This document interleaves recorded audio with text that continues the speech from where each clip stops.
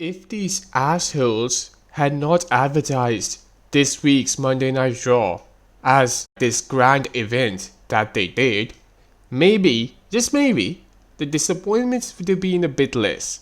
This week's show was just downright horrible. What the fuck is this shit, man? Why is it that there is so many things in this show that nobody gives a fuck about?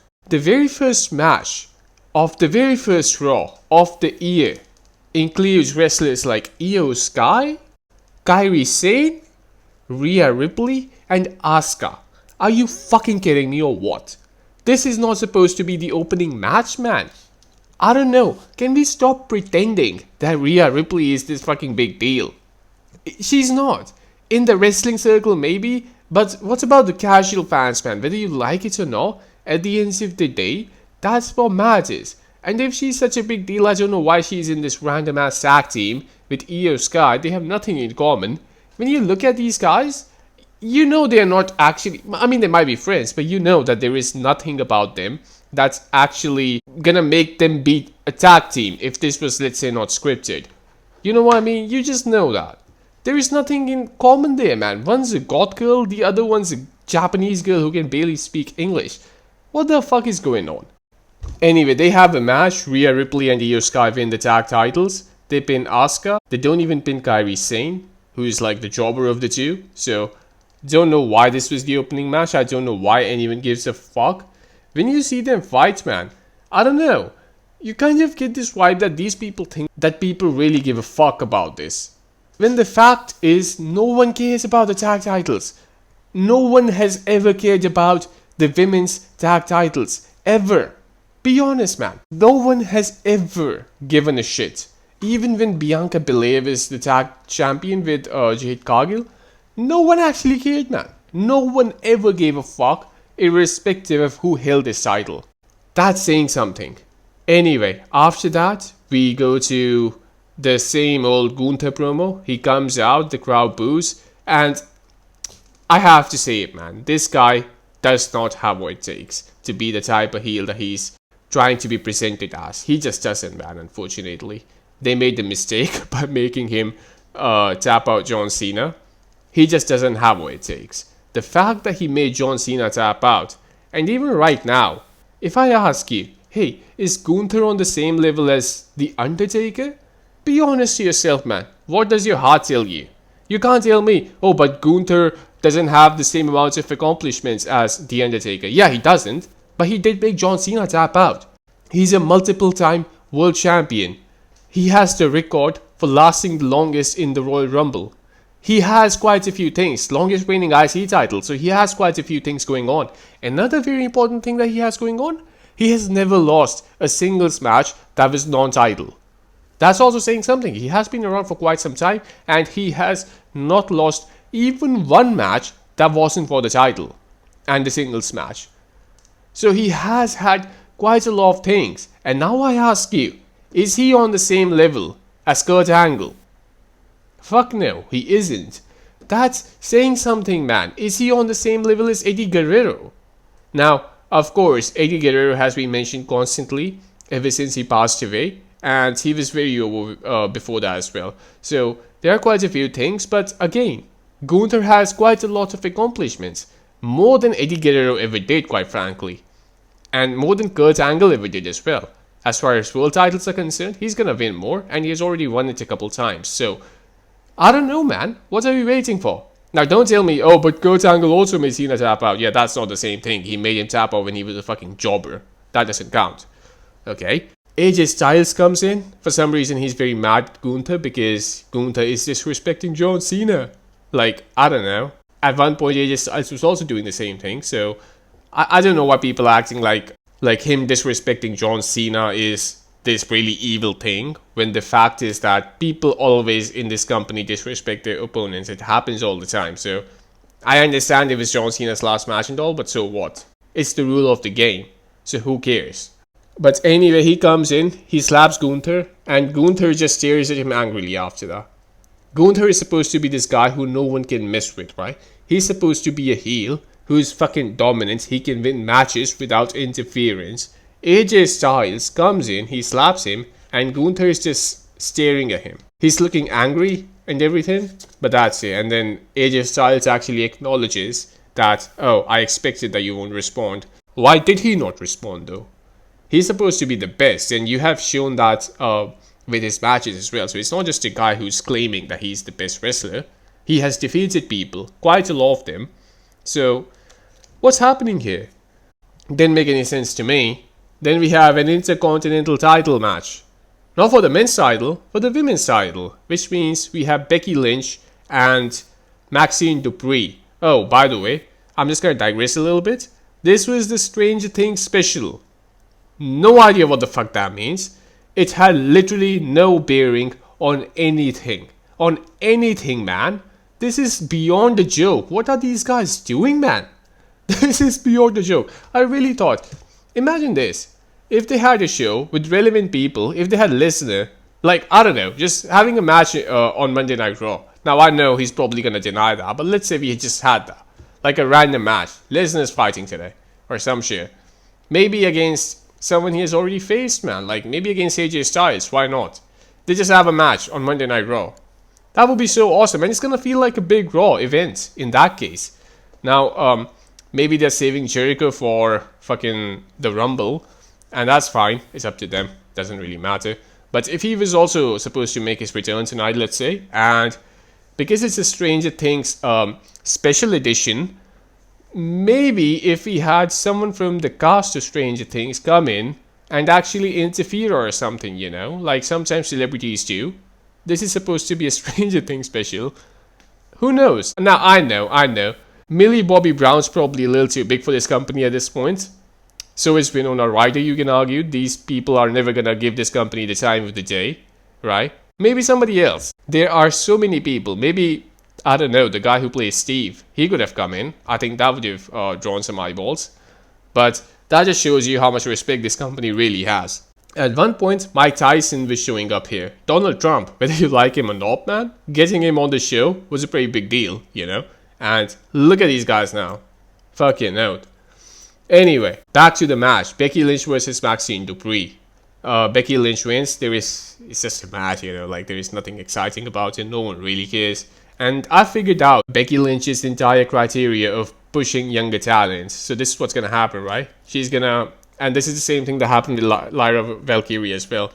They're gonna have a bunch of arguments, promos against each other. Then they're gonna have a match. Becky Lynch is gonna lose, and it's gonna be an upset of a lifetime. And after that, eventually Becky Lynch is gonna win. So this is what happened here as well. So same thing happened with Lyra, if you remember. She beat her once, and then Becky Lynch beat her back, and that was the end of the rivalry. And now the same thing happened here as well. So this clearly shows you that it's time for Maxine Dupree to go back to the fucking lower mid-card, whatever the fuck, or be a jobber. I don't think it's going to be much more than that. She's not going to win the title again from Becky Lynch. I don't think so. So that's just that. Now it's going to be time for maybe, I'm assuming, some new young wrestler. I don't know who, but maybe somebody. Let's see what happens. Then we have the Usos who come in. They say some random shit that nobody cares about. And by the way, they're a tag team now, but they don't have their tag team theme song back. They're coming out on Jay's music because they want the crowd to yeet. That tells you what they really think of Jimmy Uso. The only reason this guy is hired is because Jay Uso is his twin brother. That's literally the only reason. It's beyond a joke, man. Anyway, no one gives a fuck about this segment, if we are being honest. No one actually cares. Then we had Stephanie Vaquer. She comes out. She cuts like a 1 minute promo or something. I could be wrong. Maybe it was 2 minutes, I don't know. And 95% of it was in Spanish. Are you fucking kidding me? What am I watching, man? Is it AAA? Or what the fuck is this shit? Why is she not talking in English? She can talk in English. I mean, you can clearly tell that she doesn't properly speak the language, but she can still talk in English. Why is she not doing that, man? It doesn't make any sense. And then Raquel Rodriguez comes in, and she attacks Stephanie Vaquer and injures her already injured ankle. That's just you know. That's all that happens. So she's the next challenger, even though she did challenge the triple threat last week. She wasn't the person who got pinned, I think, from what I remember. So that's just that, man. This is the rivalry now. Does anyone actually give a fuck? Why is Liv Morgan not the person who's fighting Stephanie Vaquer? Because she's the established one. She's the one who's supposed to be the main eventer, so to say. Why is Raquel Rodriguez fighting her? No one actually thinks that she has a chance. With Liv Morgan, you can actually think, oh, maybe she has a chance. Actually, no, you won't, because I have a story going on with the Judgment Day, which is, you know what's going to happen. Someone's going to betray somebody, so every time there's a title match or something, you can just expect something to happen at that time. They're most likely going to turn on Liv, because Liv Morgan is the big star out of the three, so that's the star. Then we have Adam Pearce. He signs Javon Evans for Monday Night Raw. And you can tell that they think that this guy's going to go big with the way his theme song and his presentation is. I think that they have high hopes for this guy. So let's see, man. His first rivalry, though, is going to be with those three fucking Lucha Americanos bullshit. Where we have Ludwig Kaiser, who's acting like he's a Mexican now. I don't know why they're doing it with Ludwig Kaiser. I think he had a good gimmick. I don't know why the fuck they decided to change that, but they did for some reason. And now these three Mexicans, wannabe Mexicans, are going to job out to Javon Evans, I'm pretty sure. And I don't know, man. Like, if you want Javon Evans to, like, be this next big thing, I don't know why they're taking things so slow. And we'll come to that with Braun Breaker as well. I don't know why they're taking things so slow, man. Just fucking push the guy, man. Make him have a good rivalry with, like, somebody who's worth a shit. And make him beat the guy. There you go. Now you have somebody who's established. It's not that hard if you think about it, man. What's hard is to connect with the audience. But to establish somebody as a wrestler who can beat ass, just make them win matches, man. It's that simple. I don't know why the fuck they're taking so long with things. It's not long-term booking. It's lazy booking. It's a person who's afraid to take the next step. That's how simple it is, man. Then we have Liv Morgan. She fights Lyra Valkyria. And she beats Lyra Valkyria. There is like a bunch of nonsense that happens between, what's her name, Roxanne Perez and Bailey. I didn't even know they had a rivalry, but for some reason they do. So there is some nonsense that happens there, and afterwards Liv Morgan wins. I think Liv Morgan should beat Stephanie Vaquer. Stephanie Vaquer is not interesting. Liv Morgan at least is interesting, you know? Like, you can enjoy watching Liv Morgan. Why the fuck? I mean, she just came back, obviously, but I don't know, man. Maybe Nikki Bella should have been champion right now. Maybe she should have won the title. And then maybe we could have had Liv Morgan versus Nikki Bella, something like that. That would have been better than this nonsense. Now you know Stephanie Vaquer is probably going to take the title to WrestleMania. And no one's going to give a flying fuck. So that's going to happen. And afterwards, the main event was CM Punk and Braun Breaker. Now, Braun Breaker, despite the fact that Paul Heyman interfered, lost the match. He lost the fucking match. And it just shows you, they're so afraid of taking a step. They're so afraid of taking something that could be a risk. Braun Breaker should have won the title in my opinion.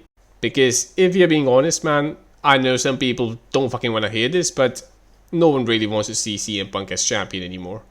It's just not the same, man. It's not the same. What do you want to do? It's not the same. Nothing no one can do about it, you know? So, just deal with that. Facts are the facts. And he won the title, so again, you can probably imagine that he's going to take this to WrestleMania.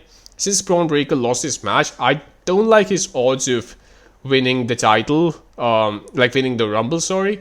And also, I also don't think that LA Knight's going to win the Rumble, because why is he going to fight CM Punk? If Braun Breaker was the champion, you could have made an argument, man, that LA Knight's going to fight fucking Braun Breaker because his faction took him out. But that's also not the main storyline, right? The main storyline here is Seth Rollins. I don't think he's going to come back before WrestleMania. But CM Punk, you just know he's going to be involved in some way in the world title picture. So I don't like the odds of LA Knight being involved in this. Unless it's like a triple threat or something, right? So we can have CM Punk, Breaker, and LA Knight. Maybe he could be the third guy. But aside from that, I don't like the odds. I also don't think it's going to be Gunther, because unless he challenges for the world title, the WWE title, the title like Cody Rhodes has, I can see that happening. So I am thinking it's going to be Gunther, man. My money's on Gunther right now. It's not going to be Breaker, because Breaker already got his chance. And like, why would they do this if they wanted him to fight CM Punk at WrestleMania? Doesn't make any fucking sense, you know? So I am thinking the person who faces CM Punk at WrestleMania is going to be somebody who wins the Chamber. Maybe. and the person who wins the Rumble, who's most likely gonna be Gunther, I'm thinking, it's not gonna be Sami Zayn as well. I don't think it's gonna be Sami Zayn. Why would it be Sami Zayn? But who's he gonna face? He's not gonna face Cody Rhodes, right? He's not beating Cody Rhodes at WrestleMania. That's not gonna happen. And he's also not gonna fight CM Punk. He's also not beating CM Punk. They're both baby faces, right? CM Punk and Cody Rhodes are baby faces, and they are obviously taking the title to WrestleMania at this point.